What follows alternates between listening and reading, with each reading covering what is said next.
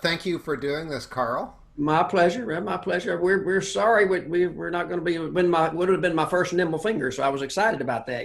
That was my first question. I was wondering. I know that I've never been there when you guys had been there, but I was wondering whether you had been there before. I know Erin has years ago. Erin has she's always talked highly of it, and I was all revved up and had to rev down, unfortunately. Great, great. Well, I mean, the reason I wanted to do this, apart from the fact that I've admired your music for so long, is to let folks know what they missed this year and hopefully what they're gonna get a chance to experience next year. So I've got a bunch. If you see me looking over here, it's just because I got a bunch of questions that I sort of wrote down. Okay, I may have some answers. I'll I try. hope so. I'll start with an easy one. I was just going to Okay. start with where did you grow up?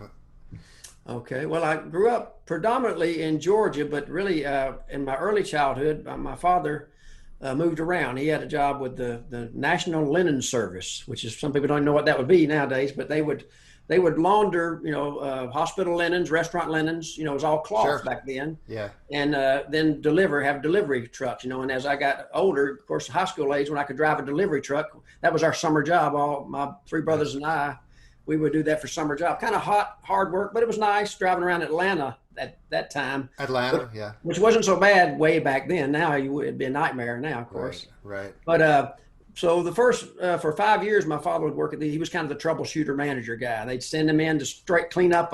They're not being efficient in Louisville, Kentucky. That's when I was first born. He worked in Louisville, Kentucky, Oh wow. So you did move around a lot. and it'd be about 5 years, and then Columbus, Indiana. When I was really young, Yeah. kindergarten age, and then Chattanooga, Tennessee. And finally, we got back to Decatur, Georgia, where I was, elementary school and getting on up. In Lithonia, Georgia, when I was high school, we moved out to the sticks back then. It was 20 miles out from Atlanta, which was sort of very rural back then. Right. Of course, it's been encroached by the metropolitan area now. But You're almost like an army brat, but like a linen brat. a linen brat, yeah, yeah. But we had nice napkins. And what about your mom? What did she do? Well, she was kind of a homemaker for the Yeah. most part. She was very active though in the community, and very. She was kind of a real interesting lady. She's very short. She was about 4'6" or something, 4'7". It's very short, but kind of a fireball. You didn't want to cross her. She would keep us Right. in line, with a look, and then maybe more than a look if she had to. Right.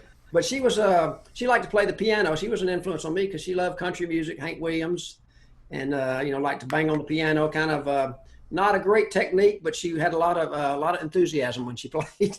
Right. Well, that was my next question was what was like the musical atmosphere? So I guess you're sort of answering that. Did your dad play at all? Well, there's kind of a mystery. I wrote a song many years ago called "Get to Know Your Folks" as a result of me kind of not knowing my father's father, who I'm named after, Carl Clifford Jones. He played music when he was young, apparently. I didn't discover this till after he had passed away from his wife, Christine, who my daughter's named after, Kelly Christine Jones. She was kind of in her late stages of life and was kind of, I think you get very lucid when you get close to death about early memories. And maybe some people have that lucidity. It hasn't been the case for me on a daily basis. Maybe I'm not wanting to rush into that. But she started talking about just in her little easy chair in Macon, Georgia, about Carl, he could play anything. I said, what'd you say? I didn't know he played any music at all. I said, oh, he could play anything. I said, what are you talking about? I said, well, he had a little portable keyboard, and he courted me with a portable keyboard. I said, what? And then found out he could play any instrument, she said, and people would bring him odd instruments just to see if he could play them. So that was totally out of the blue for me. I was just Right. freaked out.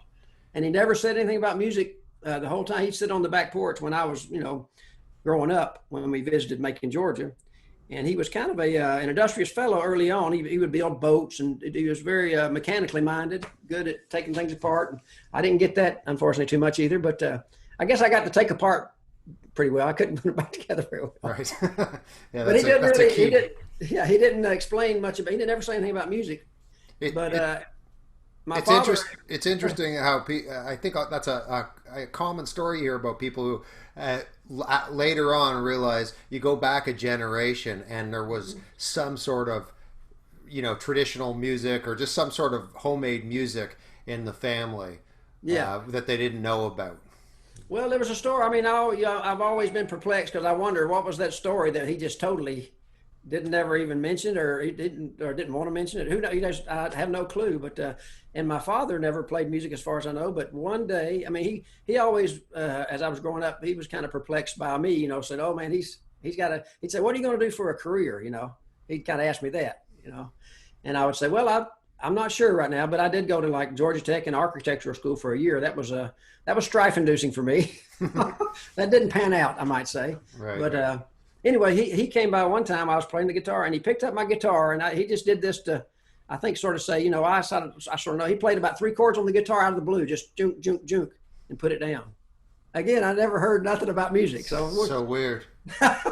So it's a strange. I'll make up a song besides Get to Know Your Folks sometime, and maybe have to just a hypothesis about what was the story, because there's no telling. Mm-hmm. You know. But anyway, that was an interesting thing. But my mother was the supportive force. You know, she loved. She had a grandfather that she would tap the straws on the porch for fiddle. That played the fiddle. Yeah. And stuff like that. And she loved, you know, like I say, she'd dance around when the country music station played, so she was very enthusiastic about my playing. So that so she was supportive of your playing. Yeah, she was the one that really kind of kept, you know, just encouraged me, and you know, would and again, she would play. I'd play along with her piano playing. We'd do "You're Cheating Hard," or she loved "Beautiful Dreamer," you know, Stephen Foster songs and whatever. You know, whenever she's going to sit down, say, "Get your guitar, Carl. Get over here. Let's try something." You know, so guitar was your first instrument? Started at 10 years old, and I had a good buddy, a guy named Charles Bryant, who was my first, gave me a few lessons. And he had an ulterior motive because he had a kind of a church choir. He was like a choir director. And this was back in the day when they were really starting to try to get music into the churches. This was like a Baptist church. My mother was always an addict. She'd go to Baptist church all the time, and she'd, you know, drag me along. I mean, I started going a little bit, but I wasn't. My father kind of stayed home, and that was his day off to just chill out. You know, he worked really early, you know, long hours every week as the plant manager. Anyway, Charlie needed a guitar player for his musicals, basically. You know, because he was doing all these kind of complex music. I mean, for me, it was very complex looking back on those days. They had these, you know, not rock operas, but sort of like a rock opera kind of thing. Okay. And the chords would be, you know, F sharp minors, and, you know, I mean, a lot of bar chords, and I couldn't even play, you know, G, C, and D hardly at the time. I was just starting to take lessons. So he was training me up, unbeknownst to me, to be his guitarist for the musicals in his church. Sneaky. Did he get you reading music right off the bat, or did your mom she already taught you that maybe? Well, I started. I was kind of into that on my own. I had like Alfred Knowles, you know, little books, you know, little volume 1, volume 2, and I was trying to figure out the dots right off the bat, because it was just amazing to me that you could look at dots and play. You know, I thought it was going to improve my playing. It was a slow process. But the musicals were good for me because I had to learn all these hard chords, and also, of course, playing as an ensemble was a real art, you know, right off the bat. Absolutely. And were you playing rock and roll or folk music? What were you listening to in your own time? Well, I mean, I was right in. You know, I was born in '54, so it was '64, and I was listening to, of course, the Bob Dylan and the Beatles, and, you know, folk, Peter, Paul, and Mary. See, another thing that influenced was my teacher there, Charles. He was into Gordon Lightfoot and Peter, Paul, and Mary. So he had me finger picking, you know, some, you know, Puff the Magic Dragon, you know, the hits, Blowing in the Wind, maybe the Peter, Paul, and Mary version. But I got a harmonica rack and tried to play like Bob Dylan. Like, I don't know if you ever did that, but yeah, a little bit. You know, we can't hide that fact. What can you do? Oh, there we go. Yeah. So I still, and Bob Dylan, you know, it's funny when you see harmonica method books, you know, Bob Dylan harmonica method books. Yeah, interesting. You go, well, I don't know about that, but so was that music sort of your gateway to traditional music? Yes, yeah, it was, and finger picking. See, I didn't finger pick. I mean, I finger picked. I never used a flat pick till I went to college, which is totally weird to think about. But I played all this folk music finger picked, and I went to my first when I went to college at University of North Alabama. They had, that's right close to the Athens Fiddlers Convention, which is a huge, been going on for 75 or more years, I think now. And they would have people like Mike Seeger, and there was a really good, I don't know if you ever heard of this banjo player, a guy named David Molk, M-O-L-K. I have not, no. He was like a wizard. He was like a real, he was one of the first guys I ever saw drink Perrier water. Oh, yeah. Wow. To give you a clue, that's like very bohemian in the day, you know. I mean, right. Wow, and he'd sit cross-legged, and he could play English flute, and he could do, he could also play harmonica and fiddle and sound like the old 78s. He could do both parts, you know, harmonies, and it was unbelievable. He was really amazing. But I mean, way out of my knowledge zone. I had no clue about Perrier or, English flute or anyway. He was just he was very intriguing to me because he was such a good clawhammer banjo player. Really legendary player. I don't think hardly anybody knows about him. I've never heard the name. Okay, Molk. Well, it'd be worth doing a search because if he's still playing, he was monumental back then, And but that's where I first saw, like say, Mike Seeger, and there would be bluegrass people there at that festival, like Dan Crary, Byron Berline might show up. It's like a legendary festival that had like early on Arthur Smith and people would be there. And wow. James Bryan tells a story about Arthur Smith in the fiddle competition, who wrote Blackberry Blossom, I think it is. Mm-hmm. And they wouldn't let him play his own tunes because it gave him unfair advantage at the festival. And people would be up there playing all his tunes, Blackberry Blossom. Then he'd get up there and, oh, you can't play that, sir. I'm sorry, that's your tune, So right. Just James, was there when that happened apparently. So that's life is odd. Very cool.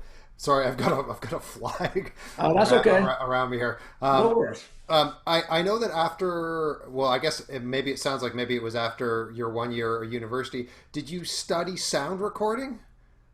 No, I should have. No, what happened there, really, when I went to Georgia Tech for about 1 year, maybe a year and a half, I kind of backed up and went to a junior college for a couple of years in Decatur, Georgia, which is nice, a little DeKalb County junior college, and had a real good influence there, a guy named Mo Turrentine, who was a short little fella, and he was a band director, originally really popular band director at Southwest DeKalb High School, I think it was. I mean, he was like a god almost in that world, the band directors. He had great bands, they won competitions, but he kind of settled down and taught music in this little junior college. So he was a real character. And so I learned theory. I took a couple of years of theory and just kind of general stuff, and really, and then after that, it's kind of a strange story. I went to a regular college in, University of North Alabama and took 4 more years of college. I was just becoming a, career college guy. Yeah. And I repeated some of the same classes with a different teacher, and so that was interesting. So I got a lot of theory pounded into me somewhat, but it was old, like Walter Piston, really old books that my teacher in the 4-year university was, what was his name? I can't remember his name right now, but he always would play the old music appreciation, the records, and he would just kind of swoon for these old recordings. I mean, he'd just be literally swooning. And he'd get you he'd repeat some facts saying, do you savvy, class? Savvy was his word. Do you savvy? But anyway, he was a good influence too. So I was in a little collegiate choir there as a requirement I was going to be a music teacher at one point. Music education was my start. Okay. But then I shifted. Here's what was a big shift. I shifted. They had one reason I went to that college was they had a commercial. They had a guitar program, first of all. You can major in guitar, even though it was classical. And I got into that, and I realized it was too disciplined, and I could hear my ankle crack for the recital. Walking up and it's so quiet, and you have judges, and what a different world. It wasn't my world. I knew I was getting almost get chills just reliving that thought, But anyway, I realized that wasn't for me, and they started a commercial music program right there. They're right there, based out of it was Florence, Alabama, but Muscle Shoals, Alabama's right there. They had all these studios, Fame Studios and Muscle Shoals Sound, and all these, everybody in the world recording there. So it was affiliated with all these. They bring people, producers, so I got to really start hanging out in the studios and become a commercial music major. So were you like an intern, sort of? Part of that, I mean, you could kind of focus, like some of the guys went into engineering. They'd actually be assistant engineers at Fame Studio and stuff. Mm-hmm. I never did the engineering much I just kind of hung out more. I kind of hung out with the songwriters. That's cool. Are there any sessions that you got to watch or people that you... Yeah. Well, one of the most memorable was Roy Orbison. Oh, wow. And he was like doing a comeback. He had open heart surgery. And he had come back. This was going to be his first record after after he'd recuperated. And I never forget, it was in Wishbone Studios. There's a guy named Terry Woodford, a pretty cool guy. And his cohort, his buddy in the studio was a guy named Clayton Ivey. And he's on some of those a lot of Fame Studio stuff. He was in part of that team. And a very, very hip cat. I mean, he was very cool, great keyboard. But he played that Fender Rhodes Electric all the time on everything back then, right? Cool. Which is a good sound, but he loved bluegrass. He'd hang out in the clubs and loved bluegrass music. Pretty funny. Anyway, Roy Orbison's in there, and he's in the little, they'd already got the tracks recorded. Had a great band in there. And anyway, he's into things singing, and they're in there saying, I don't think he's got it. He was doing a song called Poor Baby. And you can get this record now. It wasn't one of his big hits, but it's just this track is worth checking out. It's called Laminar Flow was the name of the album. That hurt it a little bit, I think. Yeah. and he's wearing kind of a very scary leather, not doesn't cover him up as good as it should have. It's a little, anyway. Check out Laminar Flow. But anyway, he's in there singing and just not the high notes aren't. He's got a ooh, poor baby. It goes up really high, that stuff, and it's just not sounding like Roy, right? And they say, I don't think he's got it. And so they took a lunch break, and they came back in there, and goes back in there with that song, Poor Baby, and it's like he's back. It was I'm getting chills just thinking about it. It's like his voice came back in that song, Poor Baby. What did he have for lunch? That's a good question. I don't know. Maybe, that's a very good question. There was a little place there called El Biscuit Village. Maybe he went there. I don't know what they would have had. But anyway, that song, Poor Baby on Laminar Flow would be something to check out. Did any of that, your experiences with that, did it affect the way you approach your own recording over the years, or have done that? Anything that you sort of took note of that you've maybe incorporated into the way you like to record music? Well, I wish I could say I learned a lot of the recording in there. I mean, I was around it a bunch, a massive amount of times with really good engineers and stuff. But I was more focused, like I say, on the songwriting and the music part of it. I really soaked up the songwriter stuff more, I think. Mm-hmm. But I think I did get a lot of patience as far as trying to get a good sound, because I think these people often rush into, those guys were good at mic placement. They had done it a lot, but they took time setting the setup, right? And so I think I learned that, don't rush in and say, yeah, that's good. Oh, that's a pretty good sound. Yeah, let's do it. And that's another way to approach it. You go for the people's ready to play. Don't hold them back. Let them do. They're ready to, they got it ready. Capture it. So that's another. That's how I would have imagined those studios would have worked, because the vision that I have of them is so many bands and sessions coming through that they would have had to learn to be really quick about it and capture the. Capture the moment, and not sort of, because that can happen when you're in the studio. If somebody's moving them, testing mics, and it's really easy to miss them. That's true. Well, they're definitely. I saw that too in a lot of different studios, and it was pretty relaxed. I mean, those guys were pretty relaxed. They would and they'd go all night. They'd start early, and they'd have some engineer come in. It was kind of the daytime engineer, and then they'd have the night guy who was never saw the light of day kind of guy. Right? He's in there. Right. So and that's still pretty typical for studios. It's changed a lot now, but I got to see some be like Steve Goodman would come through, and Eddie Rabbitt, just songwriters of the day having hit records. Right. And that was pretty cool. And Mac McAnally was he started his career. He plays with Jimmy Buffett now, and I remember his first session he came in. There was a buddy named Donnie Lowry, and he had hired Mac to come from Belmont, Mississippi, and Mac had dropped out of school at the 10th grade and just hung out on the gossip bench. He said in Mississippi. But a great guitar player, really. Anyway, he was playing on those little demo sessions for Donnie. These guys, who is this guy? He's really good. And he got a record contract for like $75,000 contract, his first record. Amazing. And it's an amazing song, but overproduced. Some of that stuff, just you hear the original. Like Mac, just with a guitar playing song was just amazing. And then you get the album, it's got strings, and it's like gone. They just and a lot of that I learned. Was that they would just have an orchestra hired for the weekend, and they did the thing so quick. He said, we got these guys for another hour. What can we put them on? Throw them on something else at the because they booked the time. They weren't going to waste the time. Absolutely. What about Mac's record? Pull it out. Let's put it on. Yeah, put it on this. So cool. Silly stuff, and that happened a lot. So what age are you at this point? Well, let's see. I guess that would have been. Let me think.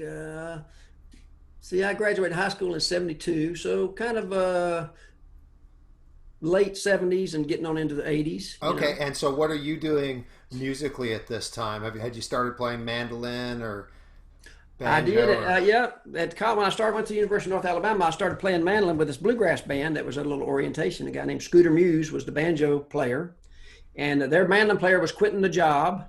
That orientation was his last gig, and I'd bought a little junker mandolin on the way. I always tell the story, but a place called Joe C. Sapp's Furniture Supply. He was in Coleman, Alabama. He had a little shop that had anything and everything. He'd trade for stuff, right? He'd trade a pair of overalls for a bass bow, stuff like that. Where'd you get that bow, Joe? He said, I need some overalls. I traded for that. And said, well, that's a nice bow, but I don't have a bass. But he had a little mandolin, an Alex mandolin, highly sought after to this day.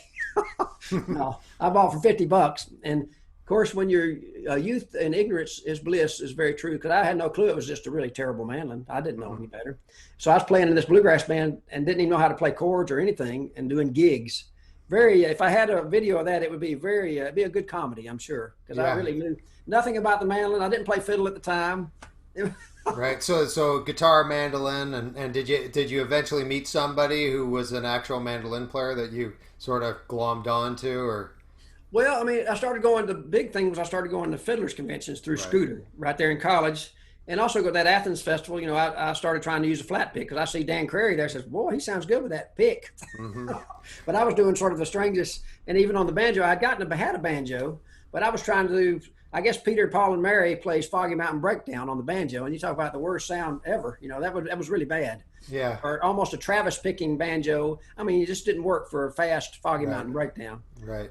And you still do a lot of finger picking, like even with backing up fiddle music sometimes, don't you? Yeah, I love finger picking, and I think it's just a little gentler backup, or I think you can control the rhythm.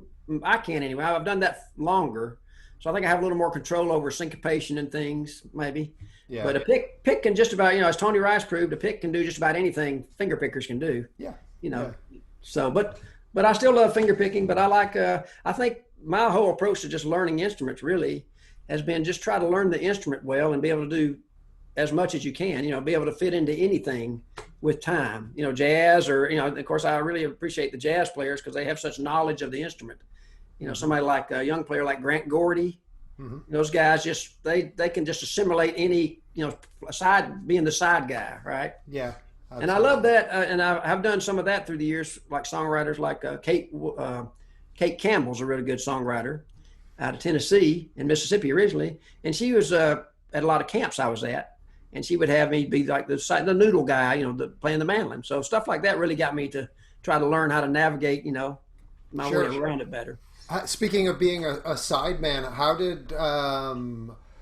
how did you hook up with Norman and Nancy Blake and James Bryan? Did you know James first or Norman or?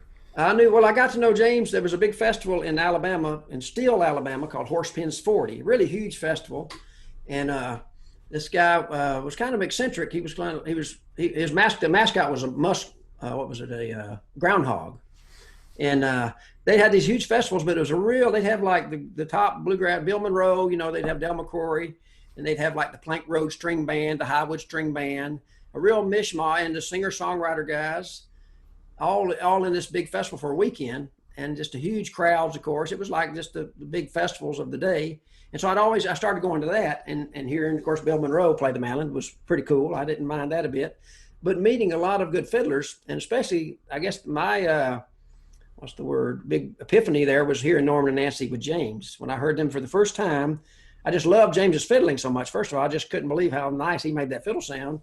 And he was a big part of their sound, the Rising Fawn String Ensemble, they call themselves. But they just had such a nice, relaxed, even though they'd play some stuff fast. And it was deceptive. When you have a really good fiddler like James, he's playing pretty fast. You don't even realize it. It sounds so effortless and mastery of any instrument, I think. They make it a lot relaxed and slow. It's not slow, really, but it sounds slow. Sure. Yeah. And then you try to play it and say, man, he's moving out. Settled. Yeah. Just perfect effortless efficiency. They're very efficient.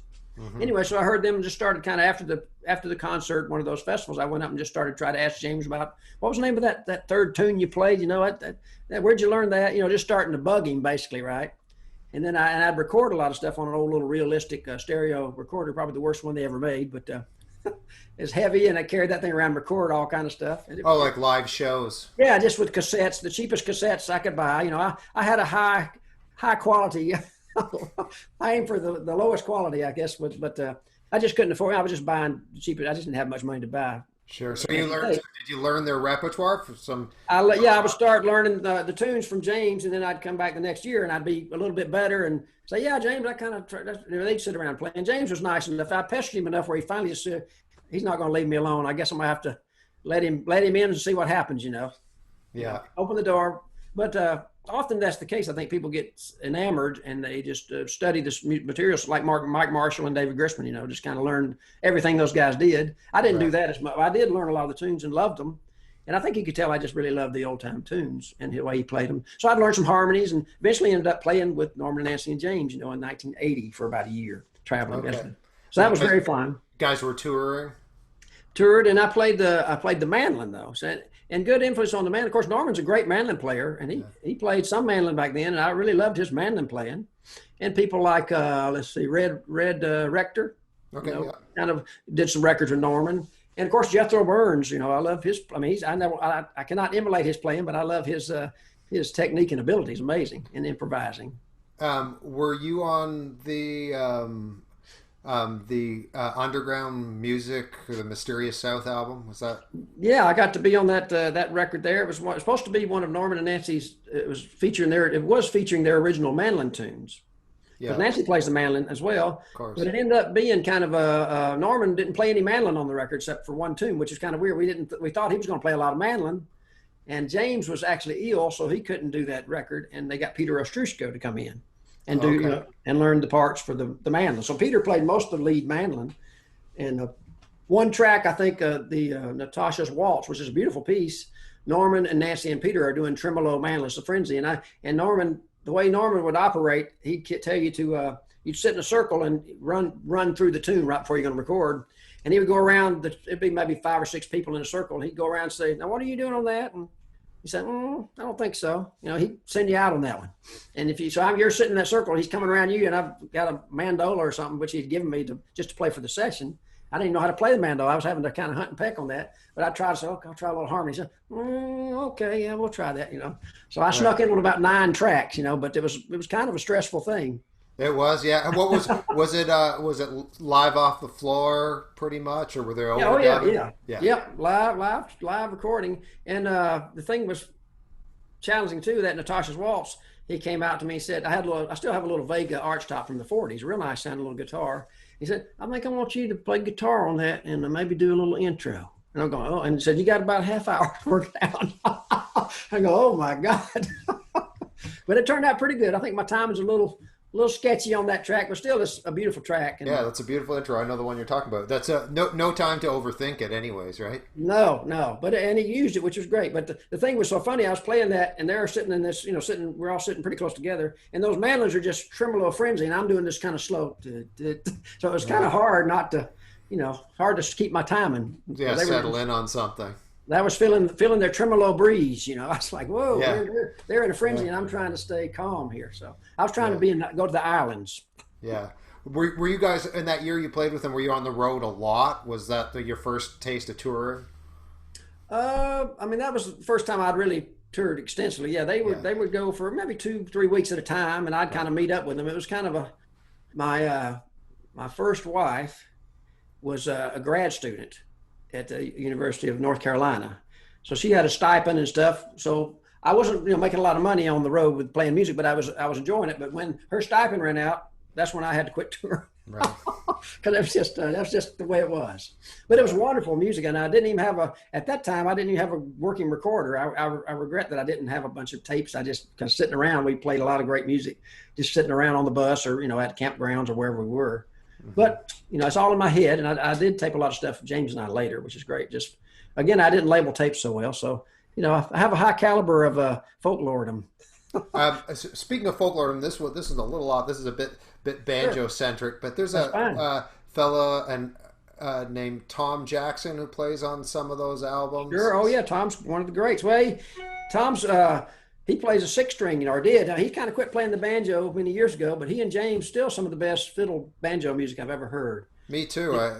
But you don't hear about him at all, really. Well, I think he kind of quit playing years ago. Tom's a big influence on me because he was one of those guys that would have an idea, whatever. A notion, so to speak. Said, "I'm gonna learn to carve tombstones." Next thing you know, he's carving tombstones. He's just one of those guys that he had no breaks. When he had an idea, he just was doing it the next thing. So that was pretty impressive. So you said he almost always play a 6-string banjo? No, he played a 5-string early on. He had a little Wonder 5-string, with a little moon. Or Cole's Eclipse is when he played. I love that little. He had I always told him he'd sell me that when he ever sold it, but I think he sold it out from under me one time. But too bad. But then he had. I do have a 6-string that he had made by a guy named Marion Kirk. That's interesting. got a rooster head on it that he had designed and built, and then he got it and didn't like it, and so I bought it from him because he was Oh, just. so you have I it. have that. I'll show that to you. Let me grab that. That'd be Yeah. kind of. It needs some I'll, attention. I'll grab my six string. It's right behind Oh me. yeah. Cool. Cool. Mine is mine. This one needs some attention. I feel bad that this will get me back. We can see the. I can get. Oh wow. Oh, Yeah, oh my God, that's amazing. It's a pretty cool. It's based on a ceramic plate. Amazing. But I need to get it. Actually is it's a little wonder pot. Okay. But I need some attention. I think the neck needs a little resetting and stuff. So I want to get it back in action. I hadn't played it in a while because it's been in pretty bad shape. Just neck wise and it's got cob. We've been hanging up just to look at more. So I apologize to Marion Kirk and Tom Jackson, but I'll get it back in action. Well, see, I got this last year in England. It was nice. originally a 7-string banjo. It's from the 1890s. Right. And a fellow I bought it off of had changed it to a 6-string.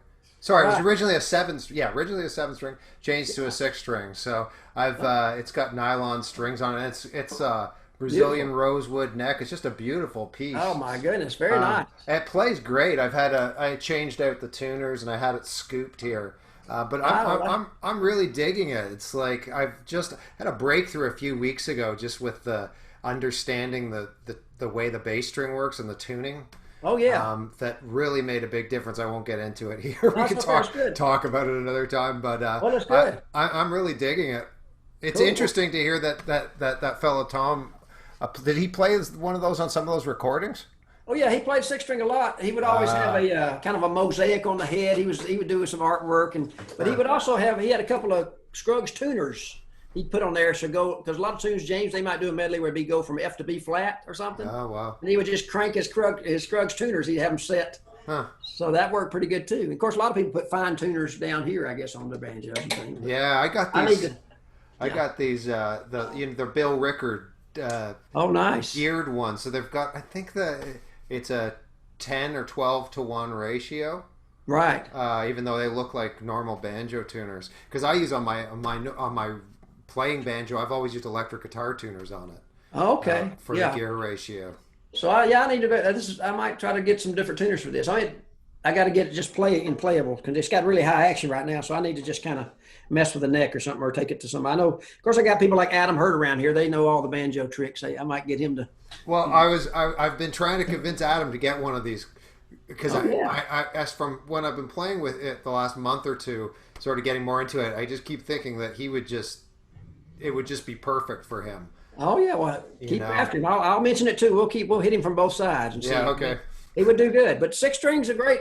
Like say you have the low note of the fiddle, so that's what attracted me. Yeah. When the fiddle goes to that low G and you're in a G tuning, you got a D. Exactly. Yeah. So it was always aggravating, and then Tom said, "Yeah, that's why I started playing the 6 string because he can go all the way down. The fiddle cannot escape." Yeah. Kind of approach, which I think it does make sense. Yeah. Well, I mean, I'm starting to now that I'm getting more comfortable on this, I'm toying with the idea of getting one made that's a little bit more, because this one's so old and it's got nylon strings on it, but getting sort of more of a workaday version of it. Because why wouldn't you want the extra string? It doesn't really affect anything. It just makes everything better. And you don't have to. You leave it in the same note for both the tunings that you tend to play out of anyway. So it's not adding any more tuning actually. I agree. Yeah, I'm on the same page. Well, Rickard might make. Does he make? He doesn't make a 6 string, does he? You might be able to get him to do that. Probably could convince him to. That might be a nice thing to do. I mean, I don't know. I'm sure they have to look at the market. Say, well, that's not going to be a hot seller, but it might be in the future. But it's I think a really good. But Tom, like I say, Tom and James were, and the thing about any musicians, they have ups and downs. Tom and James would have their little, because one thing about Tom, and this is not a bad thing, but he would get enamored from different ladies. This is a long time ago, and he would kind of just go off, off track, he'd be gone, say, where'd Tom? Oh, I think he found another lady. He lives in so-and-so. He might've gone to visit her or whatever. So he was always a free spirit, you might say, but a great inspiration to me because he got me playing clawhammer banjo really. So I should say that. And I was in college there, and his uncle was in the University of North Alabama, Bill Foster, who's a bluegrass player. He and his brother played the Foster brothers. They do the Dreadful Snake and all the classics, right? Mm-hmm. And so, but Bill also played clawhammer, and Tom would always come visit him, and I saw Tom a lot there. Started to go to the Horse Pens 40 Festival, and started playing the claw because I was trying to do finger picking, playing in the. I could figure out bluegrass banjo licks for Scooter because he was learning. We were learning like Foggy Mountain Breakdown the way Carl Jackson did, just a E minor. Right. So all those little licks. I would learn the chromatic licks, melodic banjo they'd call it, I guess. Bill Keith and all that. I didn't really work on playing them fast, but I could teach him to Scooter, and he'd learn them, and we'd do those. Do all that. We'd put all the. But I played the mandolin. Our bluegrass band I played in there was called the Mud Road String Band. They had that name before me. Thank goodness. I had no control over the name. But the nice thing about playing in that band, we didn't really have a fiddle. I started trying to play fiddle later, but we had a really banjo mandolin centric sound. We did a lot of harmony, banjo and mandolin stuff, licks for arranging, which I thought was pretty nice. We did one record, and it was pretty fun, but it really got me going. Scooter knew all the old music of the bluegrass guys. Some of those, that whole world, as you know, they know, when so-and-so started using a different string, or he changed his thumb pick, or he had an ingrown toenail back in 1958, and that threw him off, on that one recording. Right. They know all the specifics about their heroes. Right. And Eddie Aycock was at the Athens Festival last year, who's a famous, bluegrass guy, him and Martha. And I remember seeing them, some of these festivals back in the day, Labor Day weekend in Memphis, Tennessee. I never will forget. A long time ago now, there was a couple of brothers named the Morton twins. They're still around, and they emulated, anybody and everybody. They would get their hair done like their latest favorite banjo player or whatever. But anyway, they had Ike and Tina Turner, the Newgrass Revival, the Dillards, they had like anybody and everything, but the strangest combination of people at these huge weekends. Yeah. So I remember watching Ike and Tina Turner review with Sam Bush standing beside me, in Memphis, Tennessee years ago. That is an odd combination. Yeah. So did you and James keep in touch then? Because it was a big jump from when you were playing with him in Rising Fun to when you guys did your first album, which I think was in the late 90s, or? The first album was 95. We did Two Pictures. Which is, I like to think, a classic in a good way. Yeah, no, it is, for sure. But what happened, actually, let's see, how did that kind of come down? I would always see James and Norman, those folks at the festivals, and on a yearly basis, several, different festivals maybe during the year. And I actually ended up moving over to near where James and his wife Patty lived. They were in a little town called Flat Rock. And I was trying to move over there. I played in that one bluegrass band for a long time, and I was actually just kind of looking for a change. And moved over to close to Chattanooga, but in Alabama, there was a guy named Roy Curry, who's real good flat pick guitar player. And we were going to start a little band. I was just going to do a different band and move across the state sort of thing and get over there. That just kind of just fell through. But I was over there with all my stuff and lived in a little house. James and Patty helped me find a little house to rent. And I was actually kind of starting to write out music for Norman and them a little bit. But what really happened is transcribe their transcribe music? A little bit of stuff. I didn't do a lot, but I was doing that a little bit. And what happened is I lived there for about a year, and I just did odd jobs, struggling to survive. And I was doing, the kind of job I had was like going in, they'd lock a janitorial crew in the mall for overnight to strip all the floors. Lovely work, with acid and stuff. Right. And they would lock you in so you couldn't steal anything. Oh, my God. Then you get out. So I did that kind of stuff.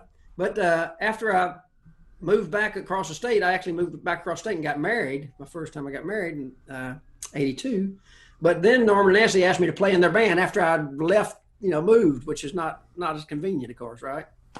That's the way life is. But I on behalf of my first wife, ex-wife now, she did encourage me to play. Said, you'll regret, if you don't do that, you'll regret that, I think. That's good. And so I did tour with them for a year, and it was an amazing experience, and got to do the mandolin record, and never forget, we got to play a lot of the festivals and get to know people like Sam Bush. That was the big benefit, get to know all these great musicians and hang out with them because they were big fans of Norman, right? That's one of the gifts of this type of music is you get into it, and if you stick with it, you're going to meet all your heroes. I know. At some point, they're fairly approachable. Yeah, they're fairly approachable and a lot more so than a lot, like the big commercial successful music, So I got to meet a lot of my favorite. Sam Bush and Buck White is one of my favorite mandolin players. He was a great player and very, very nice to me. He let me play his mandolin and kind of encourage me, and that's wonderful. And he was one of those guys that could do anything. Great piano player.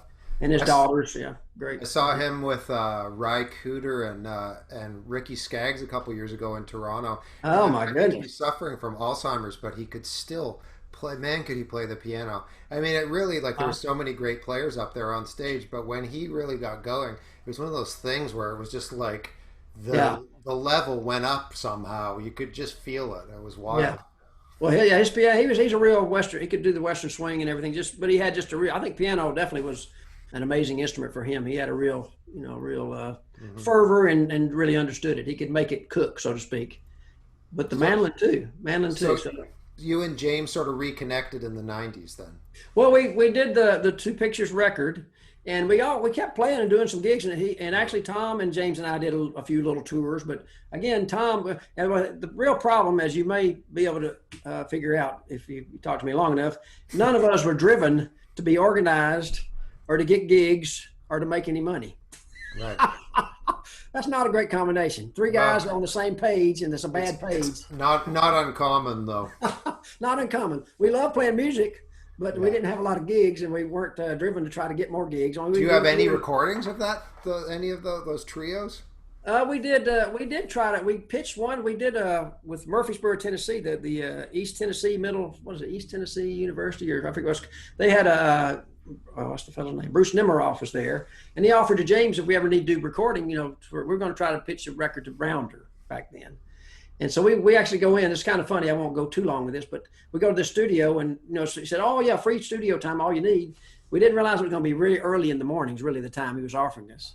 So I mean, like it's 8 o'clock in the morning, and James on the fiddle, doing a slow. It's like, and we kind of said, I don't know if it's going to work. But we did a bunch of recordings for that and made a little project, pitched it to Rounder, but they declined. And I think it was pretty good stuff, really. But I hadn't gone back and listened to that. It. I'd love to hear Well, it. I'll have to see if I still have it somewhere. Probably be a cassette or who knows what. But I'll see if I can track that down. Yeah. But we did some nice stuff. We do had a nice arrangement of the Buffalo Skinners.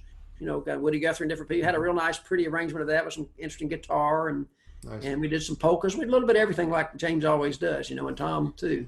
And throughout all of this, you've been writing songs. We haven't really talked about that, but Yeah, well, from the Muscle Shoals influence early on, Mac McAnally was a big influence because he wrote some just amazing songs and very clever with lyrics. And those studio guys, a guy named Pierce Pettis, you may know Pierce Pettis. You ever heard of Pierce Pettis? I have not. No. Well, he was a contract. A lot of those studios would have their writers. They sign a writer to 5-year contracts because they wanted to have an archive of stuff to pitch to the people coming in, right? The singer, the artists. And anyway, Pierce was an amazing songwriter, and I'd play on some demos for folks like that, and just hear he was one of those gigging songwriter. I mean, he was played solo all the time. He could do harmonic. He did a lot of open tunings, but just a real driven good commercial songwriter. He could crank out a song for somebody else too. I never have tried to do that so much, but I appreciated how they treated it like a craft. They really treat it like an art. I mean, they didn't they didn't think some people think a songwriter's just he'll be in the gutter next week maybe maybe he'll make it survive, but they really and of course they got a salary, so that's why they took Sure. those jobs. Do But you they didn't pan out good sometimes for them. are you is your process? Are you the type of person who gets up and tries to write every day, or are you more? Do you wait for the inspiration? How would you describe? I mean, I know it's hard to describe your process because it probably changes, but how if you had to? I think, well, I'm always looking for. I try to keep my eyes open, and I try to stay sort of positive that I'm going to get ideas incessantly. I do expect. I think if you expect to be creative long enough, you become creative. And I did make a sort of I remember many years ago, just kind of sort of a mindful decision, I should say. I'm going to be a songwriter. I'm going to start writing songs. I just sort of made that. Maybe it was much later than the Muscle Shoals, but I just, I'd always dabbled with it. But I said, I'm going to decide right here now. I'm going to write songs and be a songwriter as one aspect of what I do. Mm-hmm. And that was a big turning point for me, I think. Not that I've had a lot of success commercially, but I had some. But I think my songs have gotten better and better as a result, because I treated it more like an art form. What more could you ask for? Yeah, I think it worked. It's a good, and I think anybody can kind of make a decision, whatever it is their environment, pottery or anything. Say, you know what, I'm going to be a potter, and you start really, it changes the aesthetic or something. I think a little bit. I always tell people when they first start taking lessons that the only way you can fail at music is if you quit. If you don't quit, you're going to succeed on some level, and it's probably not going to be financial, but it's going to be a success Yeah. on some level. As long as you don't quit, you're going to get better and better, and something will happen for you. It's going to be Oh good. yeah. Sure. And there's so many different levels, as far as just songwriter or anything, you can write a great song with one chord. I had a John Lilly, who's a friend of ours from West Virginia, good songwriter. He may write a song every day. He's really driven to crank out the songs. And at a camp years ago in Dahlonega, Georgia, I said, John, I got a good idea for a song. And I knew he would write the song, right? When you see a guy like him, I knew it was going to happen. I said, it's just, you play one chord the whole song, and the song title is "I Ain't Ever Gonna Change." And so he did, and he wrote that song. And it turned into a nice song. That's great. That was an idea. So the main thing about having ideas is to try to document them right away, because you're not going to remember them when you think you will. Like Do you whatever. write them down or record them on your phone, or? The phone's been very handy. The voice memos, I've got hundreds of voice memos. I got to go back. Unfortunately, you do have to go back. Yes, I know. And you have to label them. I was not good at cassettes. I'm trying to be better at voice memo. Say, Mando idea with and I kind of like making up a title right then and there, because it puts a reference point on it. Whatever the title may be. It could be "This Needs a Title Really Bad," and that could be the song. So anyway, I don't know, but constant. What's the word? I just kind of reinforce that there's a lot of ideas out there, and they're not that hard to grasp if you just pay attention a little bit. And what about you've spent so much time backing up fiddle players? Yeah. What are your thoughts about that? Well, yeah, that's a real underappreciated art form, I think, for one thing, and I think. When people really, because I don't have anything against people that just haven't ever thought about it, but the bluegrass world, some of those, some of the guitar players, they're great guitar players. They kind of look at the old time world and think, well, that's just D, I think, that's just D, ain't it? I mean, I've heard that said actually as a literal statement. That's the old time. That's just D, ain't it? I mean, really, they were honest. Yeah. So that's a little bit under the accurate statement there. But I think the main thing is, and I have a hard time, I get carried away. I tend to do too much in my songwriting, I think, too. I make it a little too intricate, and I just can't help myself. And a lot of that came from just sort of playing the melody for myself so I could remember the melody. Right. So I do that a lot, and I never have gotten out of that hardly. I kind of do it still. Like when you're backing a fiddle up, you mean? No, when I'm playing. But I do. Right. That's helped me as far as if I do want to play some melody with the fiddler, I've been very melody-centric for a long time. Well, it seems like you've got, from listening to your playing, you've got... you an uncommon balance between when you can sort of slide the melody in within your rhythm playing pretty well. And I try. Well, I've focused on that, and the mandolin the same thing, where I can kind of go out of the rhythm, maybe a little bit of melody, a little bit of harmony, and back and forth. Try to travel those 2 or 3 worlds: the rhythm, the melody, the harmony, and the anything goes. Kind of 4 different worlds, I think. Riley Puckett was the anything goes, I think, mostly, which Right. he did very well. But I think what I have been striving for a long time is just to be very supportive, and but also taking the backup as a very serious. If you take away the fiddle, the backup would sound very musical, even without the fiddle. Right. I don't know if that's good or bad, but that's sort of been my focus. Right. Interesting.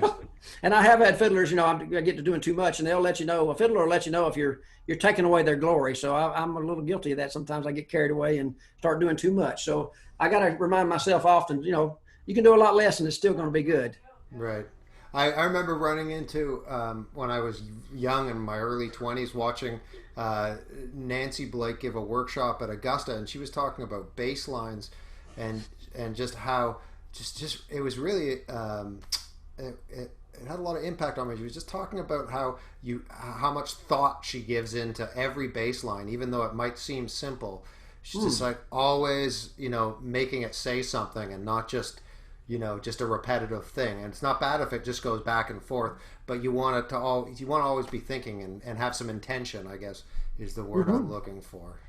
Yeah, I love her cello. When she played the cello like a bass, she did some beautiful lines.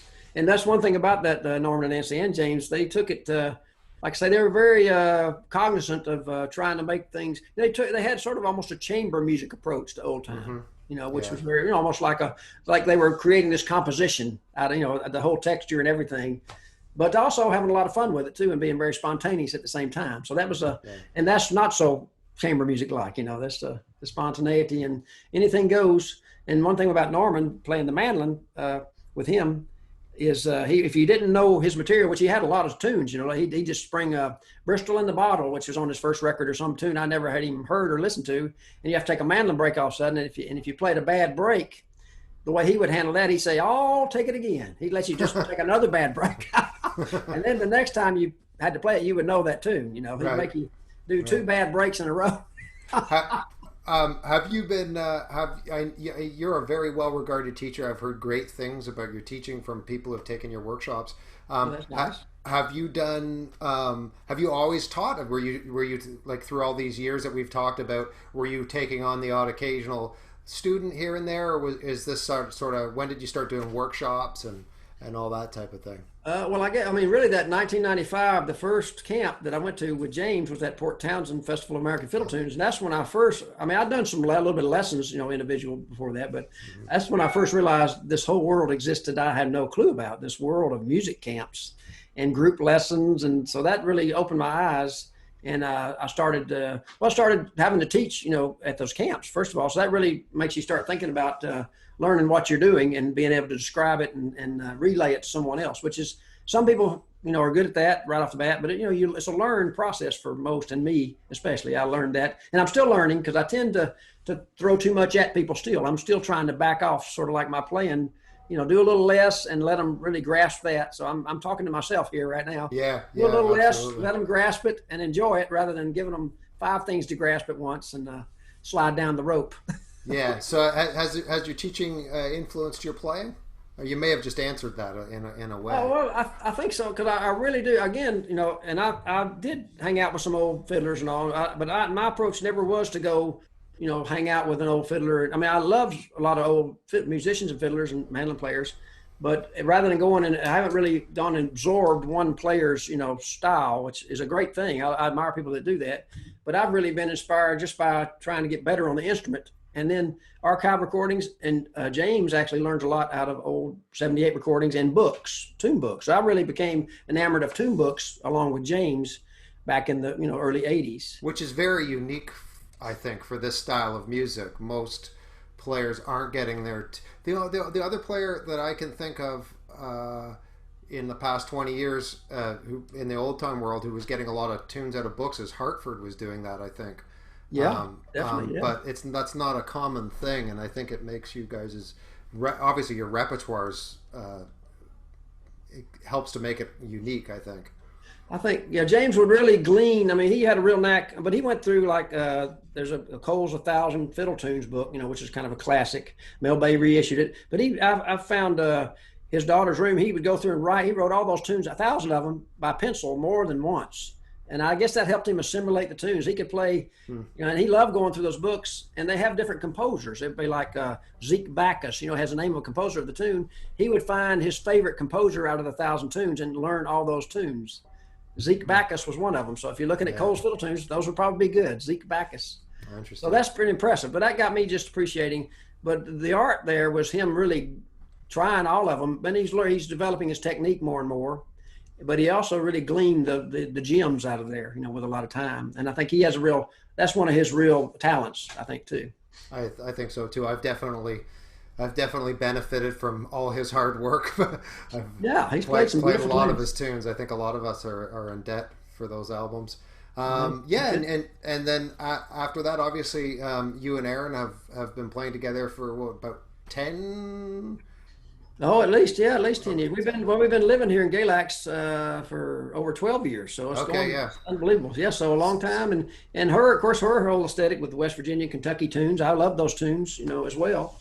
And so that was nice and Doc Roberts, and of course Melvin Wine. Of course, she plays a lot of Melvin Wine, and I love those are great tunes. And she's did she? You must have been familiar with them on some level, but maybe your familiarity had to get stepped up a little bit when you guys started playing together. I was more familiar with the Kentucky tunes than the West Virginia players at the time, and so it's an ongoing adventure. But Erin's really good at. Again, she's got a little bit of Tom Jackson, motivation. She gets an idea and she kind of does it, which is very inspiring to me. and I'm trying to soak that up a little bit. Good. Like I'd love to do a mandolin book one day, and I instead of just talking about it, Tom or Aaron would go ahead and just, here's the first page, okay, I'm on my way. Right. And that makes me think of Twyla Tharp. One thing that I try to remind myself, she's a dance choreographer and stuff, and she would do, when she had any project, she would get a box. There's a nice book about the art of creativity or something, I forget the name, but she would get a box and put the name of the project on it, and just start putting everything that would pertain to that in that box, and that's the project starting to happen.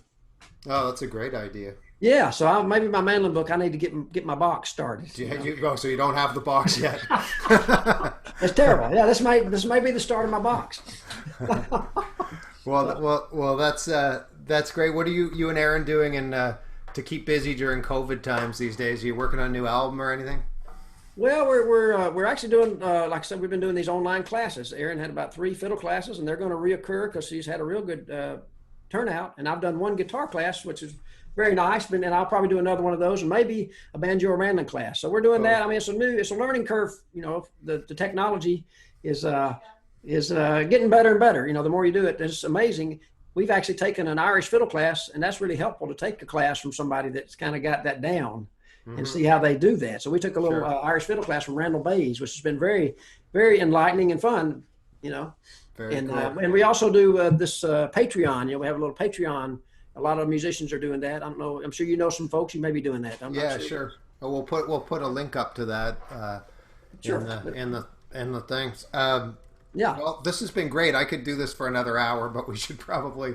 Yeah, that's fine. You got some good stuff in there somewhere, I hope. I'm sure we did. No, it was wonderful to talk to you, and hopefully we'll see each other face to face next summer in BC, and we'll be able to do this. I'm sure we will. Yeah, I look forward to it, and I'll keep soaking up the ideas and maybe making my mandolin box. All right. Thanks so much, Carl. All right. Take care, Chris. Thank you. See you. All right.